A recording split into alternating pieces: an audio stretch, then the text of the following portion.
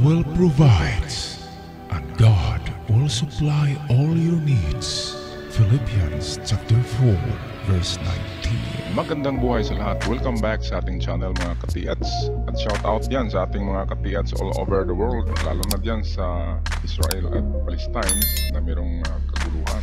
Sana ay nasa mabuting kalagayan kayo at sa aking avid followers sa Luzon, Visayas at Mindanao. Ako'y mag-shout out sa inyong lahat. Magandang buhay. Okay, meron tayong napakaligit dito na marker. Litrang D sa itaas at true and true anchor marker signs for treasures. Mamaya atin yan tatalakayan sa dulo nitong video. At merong akong nakikitang malalaking isa, dalawa, tatlong malalaking bato yata ang nandito. Kung triangulation man ang formation ng tatlong bato na ito, ay meron isang treasure sa harap o gilid ng isang bato sa tatlong bato na yan. Ibig sabihin, sa tatlong bato ay mayroong isang nakalagay na item. Okay, series of holes. Ayan, at sa ibabaw merong visible na tatlong dots. At triangular shape ang bato, kaya maganda. Meron din siyang guhit na mahaba. Atin yan tatalakayan mamaya. At sa gustong magpa-decode ng inyong site, padala nyo lang sa aking Facebook ang Umamore. Umamore ang ating Facebook. Ito naman, kitang-kita nyo yan mga katiats. Yun ay kwadradong ano yun, bato means pwedeng lapida yun, means ang treasure ay nasa baba lang niya. Mamaya atin din yung tatalakayin. Ito naman ay talagang man-made na marka yan, NR, parang may I sa dulo, may dash. Okay, so pwedeng yung NR ay initial ng isang Pilipino na umakyat dyan. Mamaya atin yan tatalakayin. Ito naman ay visible hole, so pwedeng treasure sign yan. Dito naman merong series of square holes. Man-made yan kapag mga square. At may nagsanga na parang V sa unahan. Ayan, magkasunod na square holes, so man-made at signifying treasure boxes. So pwedeng merong dalawang treasure box dyan na maliliit, ammunition boxes. So ayan, malalaking bato nagkalat sa area na ito. Okay mga katiats, mag-umpisa tayo dito. Sa itaas ang litrang D. Kung D lang yan at walang kasama na ibang signs, go to the west direction kapag D, lalo na kapag ito yung nakatagilid.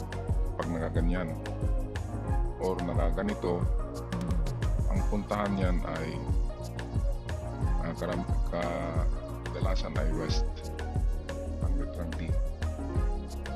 Layo niyan papuntang west 5 to 7 meters, pero ito ay nakaharap pababa. Okay, kaya ito yung nagsignify na mayroong ginaon sa baba nito. Lalo na ito, true and true, yan, pagtusukin yan, tumatagos.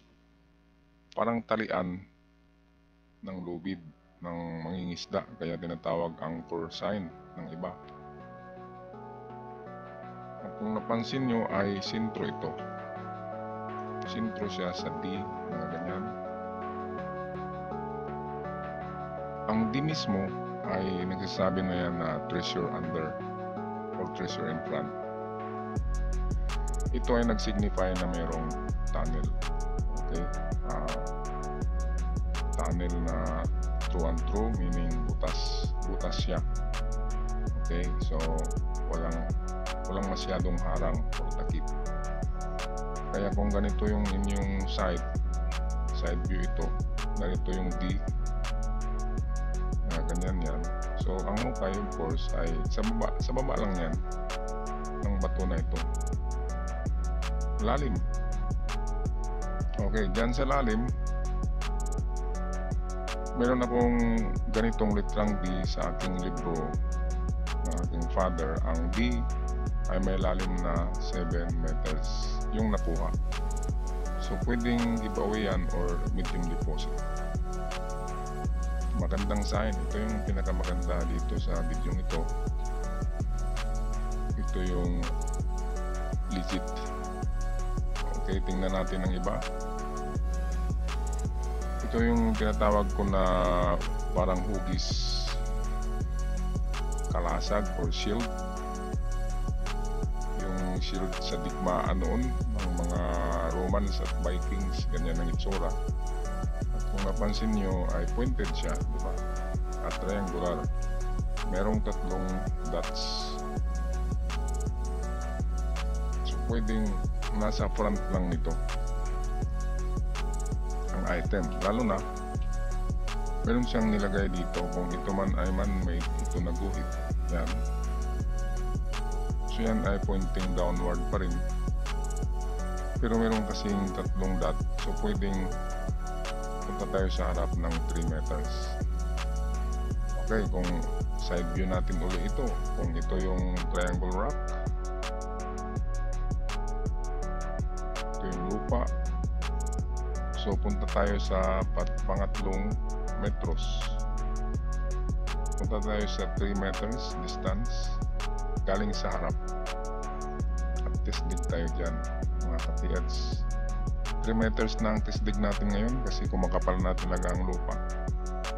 Kasi noon palagi ko sinasabi 2 meters, pero sa 2 meters baka alanganin yan, baka nga kumakapal ang lupa, kaya hindi nyo makikita ang iba pang marker. Kaya iwanan nyo inyong hukay, yun pala ay merong laman. Kaya 3 meters na tayo ngayon sa ating pag-testing. Test dig tawag natin. Okay, so ito, maganda rin ito dahil kwadrado ito. Yan. Pwede siyang lapida for a giveaway or small stash. So sa baba niyan mismo, example, ganito yan. So sa baba lang ang hukay. At mababaw lang ang mga ganito. Pwedeng 3 meters to 4 meters lang yan.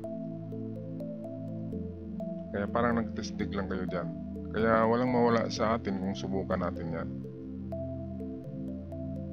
Okay, huli na ang pagsisisi. Yung iba nga, dinadaanan lang yung mga hugis baboy, hugis pato, hugis ulo ng tao na mga marker, hugis bula, dinadaanan. Pero nang paglipas ng ilang buwan ay nadaanan ng mga eksperto,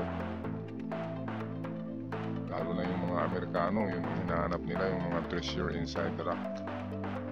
At atin na lang malaman na biyak na basag na ang bato at merong hulma ng gold bars sa loob nito, kaya nagsisi tayo. Okay, kaya yung mga nagsabi diyan na nature, of course lahat ng bato ay gawa ng nature, pero pwedeng paglalagyan niya ng mga hapon. Okay, so itong NZ, make that NR. Dito ay ako, two-hearted ako dito. Dalawang isip ako na ito ay legit kasi masyadong manipis. Parang ginagamitan lang siya ng pako. Ayan, parang kinuskus lang dyan ng pako. Ganyan. Pwede kasing initial yan ng tao. Example, pangalan niya Norman, tapos apelyido Ramos. Pwedeng ganyan. Kaya kung nanood man sa atin ang naglagay niyan, pwedeng mag-comment na sinulat mo lang yan para walang maloko sa paghukay yan.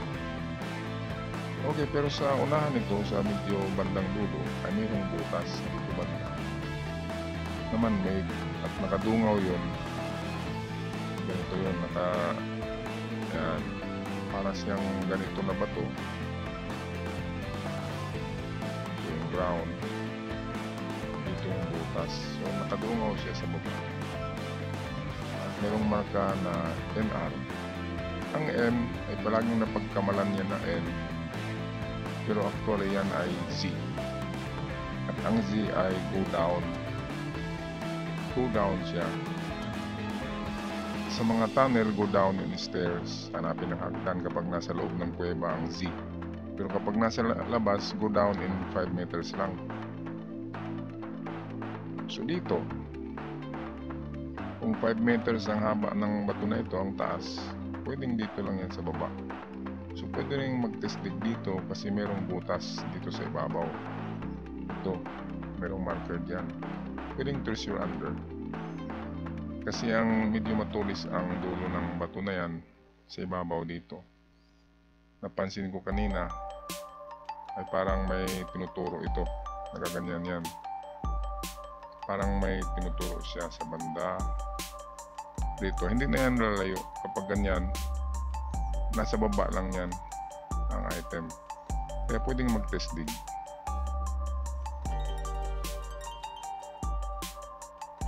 Ito naman yung sinasabi ko na i-review nyo na lang ito, balikan nyo sa pagtingin kung litrang B ba talaga ito. Kasi tingin ko ay litrang B, hindi lang nalinis. At kapag B yan at perfect rectangular ito na mga holes, it means 2 treasure boxes, 2 boxes ang nariyan.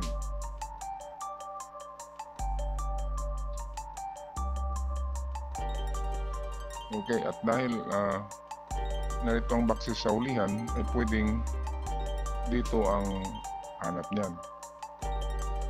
Pero huwag niyong kalimutan ito. Ibabaw kasi ito ng bato. Pukpukin niyo ang ibabaw kasi baka simento lang yan.